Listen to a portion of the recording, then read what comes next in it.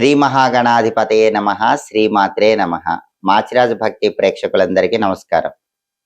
నవగ్రహాలలో కుజగ్రహము మే 11వ తేదీ సోమవారం మధ్యాహ్నం 12:47 స్వక్షేత్రమైనటువంటి మేషరాశిలోకి ప్రవేశిస్తోంది. మీనరాశిలో ఉన్న కుజుడు మేషరాశిలోకి మారటం అంటే కుజుడి మేష సంక్రమణం జరగటం అనేది ద్వాదశ రాశుల వాళ్ళకి ప్రత్యేకమైన ఫలితాలను కలిగింపజేస్తుంది. ఇలా మే 11వ తేదీ మధ్యాహ్నం 12:47 మేషరాశిలోకి వచ్చిన కుజుడు మళ్ళీ జూన్ 21వ తేదీ వృషభ రాశిలోకి ప్రవేశిస్తాడు. అప్పటి వరకు కూడా కుజుడు మేషరాశిలోనే ఉంటాడు. అంటే మే 11వ తేదీ నుంచి జూన్ 20 వరకు మేషరాశిలో ఉన్నటువంటి కుజుడు ద్వాదశ రాశులలో కొన్ని రాశులకి అనుకూల ఫలితాలు ఇస్తాడు, కొన్ని రాశులకు వ్యతిరేక ఫలితాలు ఇస్తాడు.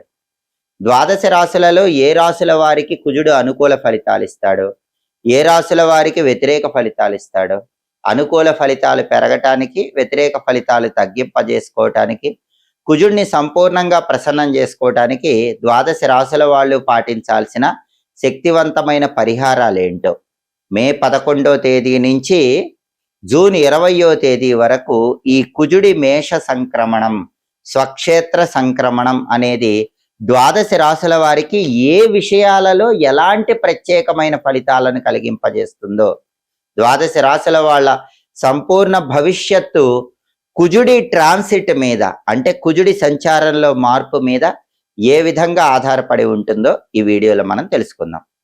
తదుపరి మకర రాశి.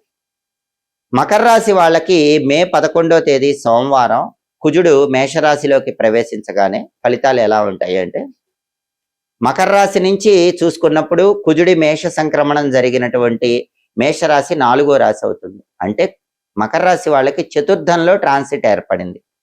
4వ స్థానంలో కుజుడి మేష సంక్రమణం జరిగింది.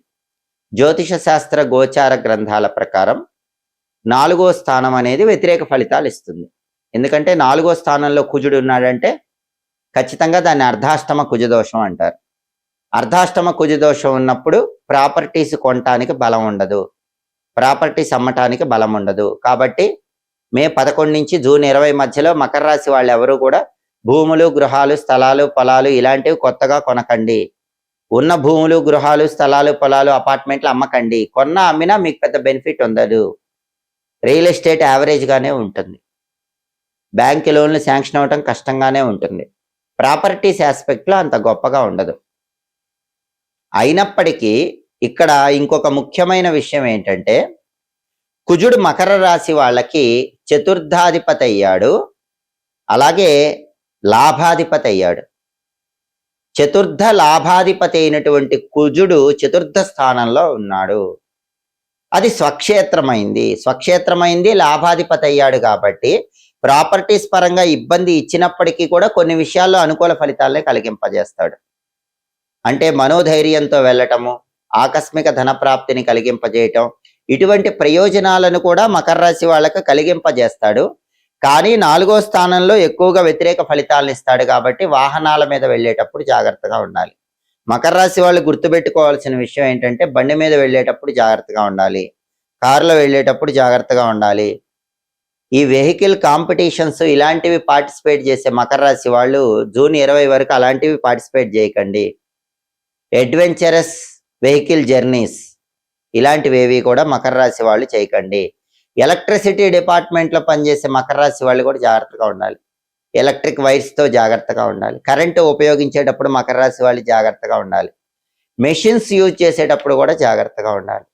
విద్యుత్ శక్తి యంత్రాలు ఈ రెండింటి విషయంలో కొంచెం జాగ్రత్తగా ఉంటాం మకర రాశి వాళ్ళకి జూన్ 20 వరకు అవసరం. 4వ స్థానంలో ఉన్న కుజుడు ఏం చేస్తాడంటే, మిషనరీ వల్ల కానీ ఎలక్ట్రిసిటీ వల్ల కానీ ఏదైనా ఇష్యూస్ కలిగింపజేస్తాడు, ఇబ్బందులు కలిగింపజేస్తాడు. ఈ విషయాల్లో కొంచెం జాగ్రత్తగా ఉండాలి. ఒక్కొక్కసారి దెబ్బలు తగిలే అవకాశం కూడా ఉంటుంది కాబట్టి అప్రమత్తంగా ఉండాలి. అలాగే శారీరక శ్రమ ఈ టైంలో ఎక్కువగా ఉంటుంది. అప్పుడప్పుడు పైత్య సంబంధమైనటువంటి అనారోగ్యాలు కూడా మకర రాశి వాళ్ళకు కుజుడు కలిగింపజేస్తాడు. అయితే ఎక్కువగా దిగులు పడాల్సిన అవసరం లేదు. ఎందుకంటే కుజుడు స్వక్షేత్రంలోకి మేషంలోకే వచ్చాడు, అందులోనూ లాభాధిపతి అయ్యాడు.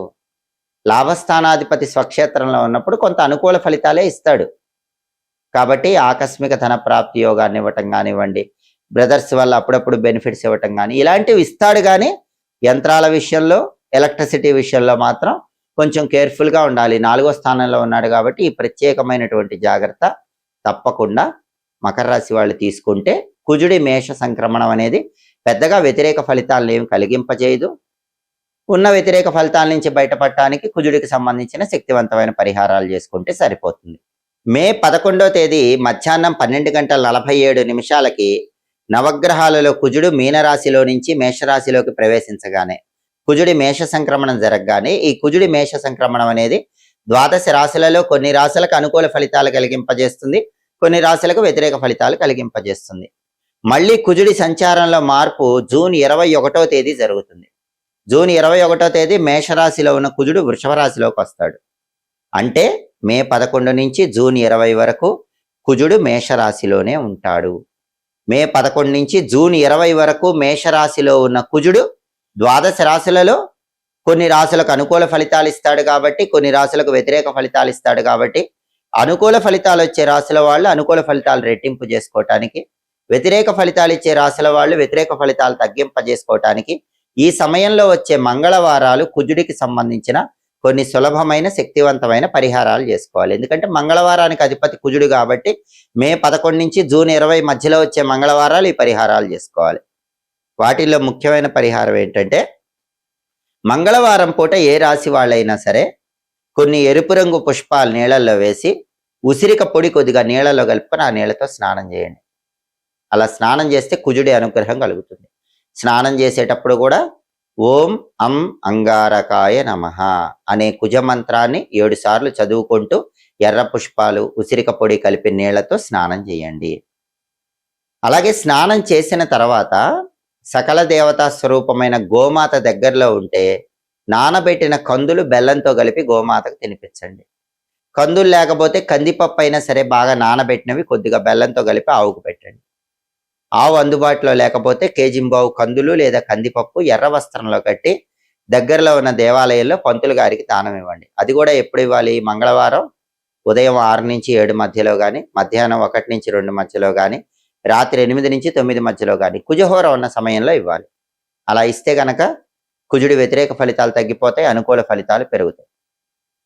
కుజుడికి దక్షిణ దిక్కు ఇష్టం, 9 అంకి ఇష్టం, ఎరుపు రంగు ఇష్టం. కాబట్టి మే 11 నుంచి జూన్ 20 మధ్యలో వచ్చే మంగళవారాలు స్నానం చేశాక ఇంట్లో హాల్లో దక్షిణ దిక్కులో దీపం పెట్టాలి. ఆ దీపం ఎలా పెట్టాలి? ఒక మట్టి ప్రమిదలో ఇంకో మట్టి ప్రమిద ఉంచి నువ్వుల నూనె పోసి 9 ఎర్ర ఒత్తులు కలిపి ఒక ఒత్తిగా చేసి ఆ ఒత్తి దక్షిణం వైపు వెలిగేలాగా దీపం పెట్టండి.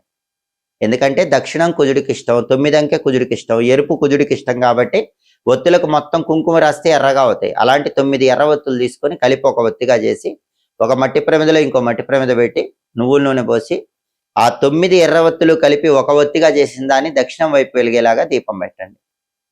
అలాగే మంగళవారం ఉపవాసం ఉంటే కూడా మంచిది.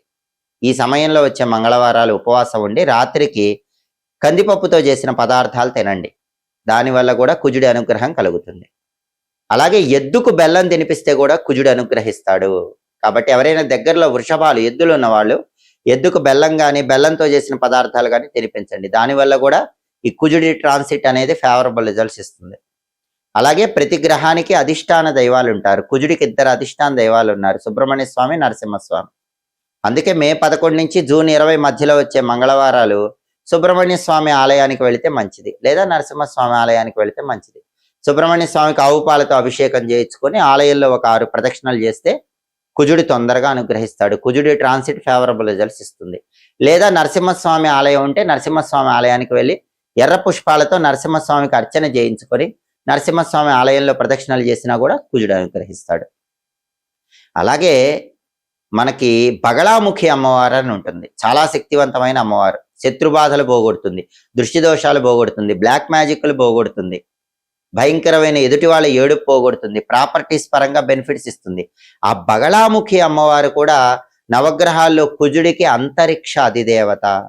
అందుకే మే 11 నుంచి జూన్ 20 మధ్యలో వచ్చే మంగళవారాలు బగళాముఖి స్తోత్రం వినండి. చదవగలిగితే చదవండి, చదవలేని వాళ్ళు ఈ సమయంలో వచ్చే మంగళవారాలు బగళాముఖి స్తోత్రం విన్నా కూడా కుజుడు బ్రహ్మాండంగా యాక్టివేట్ అవుతాడు. కుజుడి ట్రాన్సిట్ అనేది ఫేవరబుల్ రిజల్ట్స్ ఇస్తుంది. అసలు ఎలాంటి పరిహారాలు చేసుకోలేని వాళ్ళు ఓం అంగారకాయ నమః ఈ సమయంలో వచ్చే మంగళవారాలు ఈ చిన్న మంత్రాన్ని ఎల్లప్పుడూ మనసులో స్మరించుకుంటూ ఉంటే కుజుడి ట్రాన్సిట్ వల్ల వచ్చే వ్యతిరేక ఫలితాలు తొలగిపోతే అనుకూల ఫలితాలు రెట్టింపు చేసుకోవచ్చు.